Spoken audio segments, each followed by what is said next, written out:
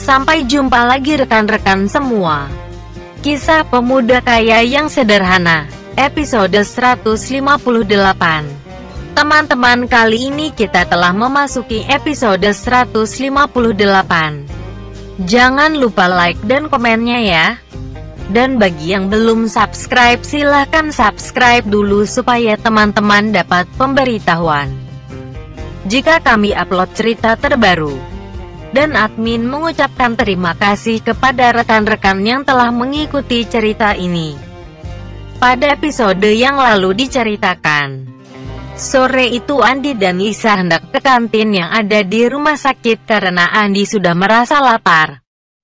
Dan Vina, adik perempuan Andi, juga menghubungi Andi melalui handphone sehingga Andi mengajak Vina untuk ikut serta ke kantin yang ada di rumah sakit. Dan sebelum Andi dan Lisa lebih jauh melangkahkan kakinya, ternyata Vina saat itu telah menyusulnya, yang saat itu ditemani adik Vina yang merupakan anak ketiga dari Pak Billy. Wah, cepat juga Vin. Aku pikir lama, makanya Mas Andi jalan duluan. Enggak kok Mas, aku lihat Mas Andi jalan makanya aku telepon. Mau kemana? Kata Vina. Maafin Mas Andi, lapar soalnya Mas Andi belum makan dari tadi pagi. Ayo Vin, kita makan dulu, kata Andi sambil menarik tangan Vino, adiknya Andi yang merupakan anak terakhir dari keluarga itu. Kini mereka berjalan ke arah kantin 4 orang. Lisa pun sepertinya berusaha membiasakan diri dengan keadaan ini. Tiba-tiba Vina menarik tangan Andi dan mendekatkan bibirnya ke telinga Andi. Mas, dia ini pacar Mas Andi ya? Kata Vina berbisik. Mendengar kata Vina yang berbisik pelan di telinganya itu, Andi hanya tersenyum dan menganggukkan kepalanya. Dan jawaban seperti itu sudah cukup bagi Vina yang saat ini duduk di kelas 3 sebuah sekolah menengah atas. Tiba-tiba Vina bergumam, cantik sih, boleh juga deh. Rupanya bukan hanya Andi yang mendengar kata-kata dari Vina itu. Bahkan Lisa pun dengan jelas mendengarnya. Lisa sesaat mengernyitkan keningnya dan kemudian Lisa tampak tersenyum.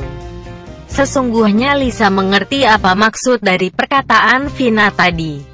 Namun Lisa pura-pura tidak tahu dan bertanya pada Andi. Adikmu ngomong apa Mas? Oh ya Lis, kenalin, ini Vina adikku dan yang itu Vino adiknya Vina. Adikku juga, Vina, Vino. Kenalin, ini Mbak Lisa. Kalian harus akrab ya. Tiba-tiba Vina saat itu sambil tersenyum berkata, iyalah harus baik sama calon kakak ipar. Bahaya kalau aku gak baik. Bisa-bisa Mbak Lisa minta putus deh. Ntar ada yang mewekkan, aku juga yang repot. Ngomong apa sih Vin, kok kamu jadi ngeco gitu? Kata Andi kepada Vina. Lisa sendiri terlihat begitu bahagia. Rupanya tidak ada penolakan yang berarti dari keluarga Andi terhadap dirinya. Dan ini membuatnya semakin mantap untuk meneruskan hubungan ini. Vina, tolong kamu hubungi orang rumah ya Vin, suruh mereka kirim pakaian ganti dan perlengkapan mandi buat Mas Andi. Kayaknya Mas Andi harus nginap nih Vin. Andi kemudian menghubungi orang kepercayaannya untuk booking 2 kamar hotel yang tak jauh dari rumah sakit. Rupanya Andi sudah memikirkan jika malam ini menginap mereka harus gantian beristirahat, 1 kamar untuk pria dan satunya untuk wanita. Karena mungkin saja malam ini Lisa juga akan ikut menginap. Jadi biar nanti Lisa 1 kamar dengan Vina. Tak berapa lama kemudian keempat orang itu telah sampai di kantin yang ada di rumah sakit. Dan karena sudah merasa lapar maka Andi segera memesan makanan yang ada di kantin itu dengan santainya. Dan ini berbeda dengan Lisa dan kedua adik Andi. Ketiga orang itu tampak pandang satu sama lain. Rupanya mereka belum terbiasa dengan makanan yang tersedia di tempat itu. Maklumlah strata sosial mereka yang tinggi sehingga makanan itu tidak terbiasa buat dirinya. Ketiga orang itu tampak heran dengan Andi yang tampak lahap menikmati makanan dari kantin itu. "Kalian duduk di sini biar aku yang pesan makanan," kata Andi sambil berdiri menuju ke salah satu penjual di kantin. Andi kemudian memesan 3 porsi makanan untuk ketiga orang itu. Sebenarnya Andi tahu kalau ketiga orang itu belum terbiasa makan di tempat seperti ini. Namun Andi kemudian berpikir apa jeleknya dengan menu-menu ini. Maka Andi kemudian membayar menu pesanannya itu dan kembali ke tempat Lisa dan kedua orang adiknya itu. "Mas Andi sudah memesan makanan. Mas Andi tahu kalian tidak terbiasa dengan makanan itu. Tapi yakinlah makanan itu enak dan layak untuk dimakan. Begini Vin, ini adalah hasil dari UMKM dan kebanyakan adalah orang kecil. Lalu siapa lagi yang membeli dagangan mereka kalau bukan kita? Mas berharap Vina bisa menghargai makanan di tempat ini. Makanan ini enak kok Vin. Lihatlah Mas Andi bisa makan dengan lahap, bahkan dengan 15.000 Vina sudah kenyang. Makan," kata Andi menasehati kedua adiknya itu. Mendengar hal itu Lisa pun kini menjadi seperti terpojok. Mau tidak mau Lisa harus berusaha mengikuti Andi. Dan ketika makanan yang dipesan Andi datang, maka kini ketiga orang itu kemudian menikmati makanan yang dipesan oleh Andi. Dan di luar dugaan mereka, ternyata mereka dapat menikmati makanan itu. Dan mereka pun akhirnya memakan makanan itu. "Wah enak juga nih mas," kata Vina. "Nah gitu dong Vin," kata Andi. Rupanya mendengar kata-kata dari Vina itu kemudian menjadi penyemangat bagi Lisa untuk menikmati makanan pesanan Andi dan kemudian menikmatinya sampai habis. "Gak ngangka deh calon kakak ipar ternyata doyan juga ya," kata Vina. "Iya dong Vin. Mbak Lisa kan walau kaya tapi sederhana juga orangnya," kata Andi. Kini sambil minum kemudian mereka saling bercerita satu sama lain sehingga tampak Lisa semakin akrab dengan Vina dan Vino. Dan rupanya Vina dan Vino pun menyukai Lisa. Karena menurut mereka Lisa begitu baik dan lembut kepada mereka. Mereka berempat di kantin itu sekitar setengah jam dan mereka akhirnya kembali lagi kamar perawatan mama mereka. Saat itu jam telah menunjukkan pukul 5 sore dan mereka berempat masih ada di ruang perawatan mamanya Andi. "Lis, kamu jika mau menginap kamu harus ada baju ganti. Mau aku antar beli atau mau menghubungi orang rumah Lis? Tapi kalau Lisa mau pulang ya gak apa-apa." Mas Andi paham, tapi Lisa jam 8-nya pulangnya, kata Andi kepada Lisa karena Andi kasihan melihat Lisa yang tampak agak kusut. "Gampang itu mas. Nanti biar aku ngabari papa mamaku saja." Saat itu Andi kemudian mendatangi ayahnya yang masih berada di samping Ibu Lina. Kebetulan saat itu sedang agak sepi. "Ya Andi sudah booking hotel," kata Andi sambil menyebutkan nama sebuah hotel. Ternyata hotel itu masih dalam grup usaha Pak Billy. Hotelnya dekat kok ya, cuma sekitar 200 meter dari sini. Kalau ayah mau, ayah bisa jalan kaki saja buat olahraga juga ya. Maksud Andi biar kita bisa gantian ya. Malam ini mungkin juga Lisa akan ikut jaga mama. Jadi Andi pesan 2 kamar, 1 buat pria dan 1 lagi buat wanita ya. Mendengar apa yang dikatakan Andi itu, Pak Billy cuma tersenyum dan berkata, "An, perlu kamu tahu itu hotel adalah salah satu hotel milik kita, cuma namanya saja yang kamu Belum kenal soalnya hotel itu cuma anak usaha saja. Nanti biar Michael yang bantu urus kalau ada apa-apa ya. Tapi baguslah Han. Nanti kalau gitu kita gantian saja. Jaga mamamu, kata Pak Billy. Tapi kalau ayah mau pulang dan istirahat di rumah juga tidak apa-apa ya. Ayah pulang saja biar nanti Andi yang bertanggung jawab untuk menjaga mama, kata Andi kepada Pak Billy. Enggak An, tidak apa-apa, ayah mau nungguin mamamu dulu. Vina sama Vino kalau mau pulang malah tidak apa-apaan. Cuma mungkin agak malam sekitar jam 7 atau jam 8 malam, kata Pak Billy.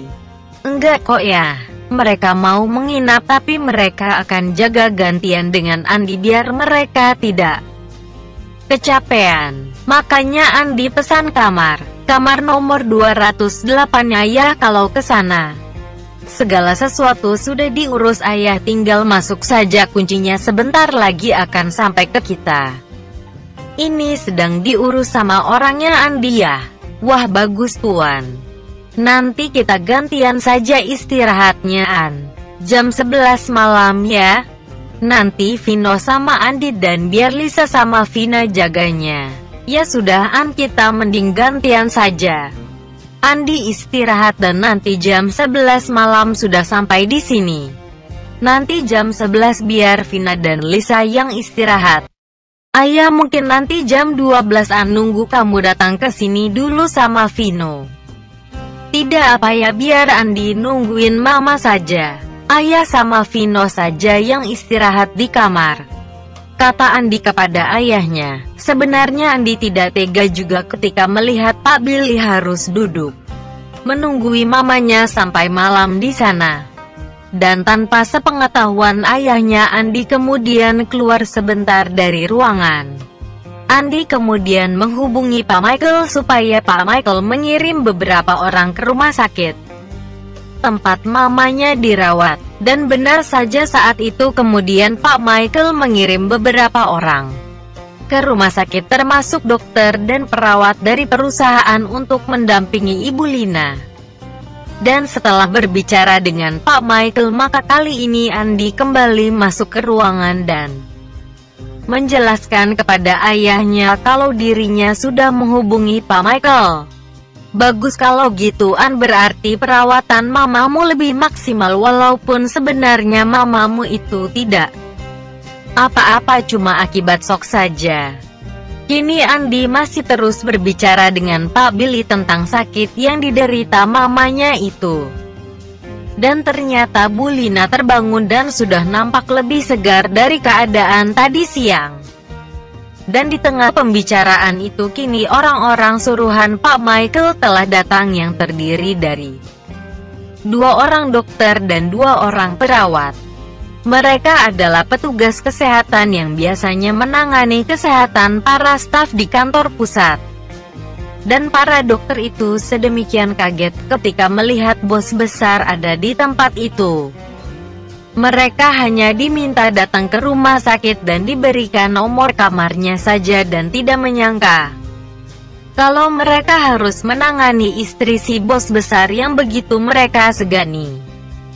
Selamat malam Pak, kami kesini disuruh Pak Michael Pak untuk membantu menangani ibu sekaligus menjaga beliau, kata salah seorang dokter yang baru datang FG, dan kemudian mereka memperkenalkan diri sebagai Dokter Robert dan Dokter Sinta. Oh begitu ya, terima kasih kalian mau datang. Silahkan kalian bantu jaga dan tangani istriku ya. Nanti kalau ada apa hubungi saya atau nomor handphone anak saya ya. Ini nomornya, kata Pak Billy sambil memberikan kartu nama milik Andi kepada tim dokter itu. Pak Billy segera memanggil Andi. An, ini sudah ada tim dokter kiriman dari Pak Michael. Jadi kamu sama Vino bisa rehat. Biar ayah di sini. Nanti jam 11 sampai sini ya, kata Pak Billy kepada Andi. Baik ya, kalau begitu Andi sebelum jam 11 akan sampai ke sini. Ayah jam 10 saja ke hotelnya. Kan tidak apa-apa, biar kita ketemu di lobi, takutnya ayah susah nyari kamarnya. Oke An, kalau begitu, balas Pak Billy. Dan tak berapa lama kemudian Andi mendapatkan telepon dari pihak hotel kalau kuncinya tidak bisa diantar ke rumah sakit. Andi diminta untuk datang ke bagian reservasi hotel jika mau masuk ke kamar. Vino dan Andi kemudian berpamitan untuk pergi ke hotel tempat dirinya akan beristirahat.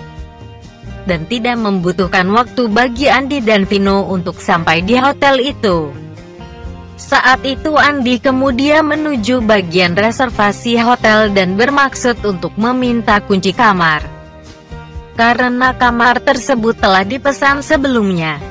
Selamat malam Pak. Pak, ini saya tadi telah reservasi 2 kamar, yaitu nomor 207 dan nomor 208. Ini saya akan masuk Pak. Saya ingin meminta kuncinya karena tadi saya sudah membayar untuk kamar tersebut, kata Andi kepada petugas yang ada di tempat itu. Kini 3 orang staf hotel itu tampak memandang satu dengan yang lain untuk beberapa saat. Dan kini salah satu dari staf hotel itu kemudian berkata kepada Andi, "Mas, duduk dulu di kursi itu, soalnya ada sesuatu yang akan saya katakan kepada masnya," kata salah seorang petugas hotel kepada Andi. "Mas, mohon maaf sebelumnya. Ini begini Mas. Kamar yang Mas tadi pesan sudah ada yang menempati dan hanya berselang 5 menit dari Masnya. Tadi pesan kepada kami, apa bisa diundur untuk besok saja ya Mas?" kata petugas hotel itu kepada Andi. Dan mendengar apa yang dikatakan staf hotel itu, Andi kemudian berkata, "Tapi saya perlunya malam ini Bu." "Bagaimana dong?" kata Andi seperti memohon kepada staf hotel itu. "Seharusnya Ibu tidak bisa sepihak membatalkan pemesanan hotel. Seharusnya Ibu memberikan saya kamar pengganti sebagai alternatif pilihan kepada saya." Petugas itu pun terlihat terdiam. Andi kemudian menghubungi Pak Michael melalui handphonenya dan menceritakan kejadian yang dialaminya itu. "Baik Tuan Muda, saya akan selesaikan masalah Tuan Muda ini. Tuan Muda silahkan duduk di sana." Kini Andi kemudian duduk di kursi tersebut dengan hati lebih tenang karena akan dibantu Pak Michael, apalagi hotel ini adalah masuk dalam kepemilikan Pak Billy, ayah Andi. Dan tiba-tiba seorang pria berusia sekitar 50 tahun datang ke tempat itu dengan setengah berlari. "Mana Tuan Andi? Mana Tuan Andi?" kata pria yang barusan datang itu dengan wajah sedikit pucat. Beberapa staf hotel tampak terkejut dengan kedatangan manajer senior itu. Rupanya tadi Pak Michael baru saja memarahi direktur hotel yang merupakan atasan dari pria yang baru datang tersebut. "Saya Andi Pak." "Ada apa ya Pak?" kata Andi kepada pria yang baru datang itu.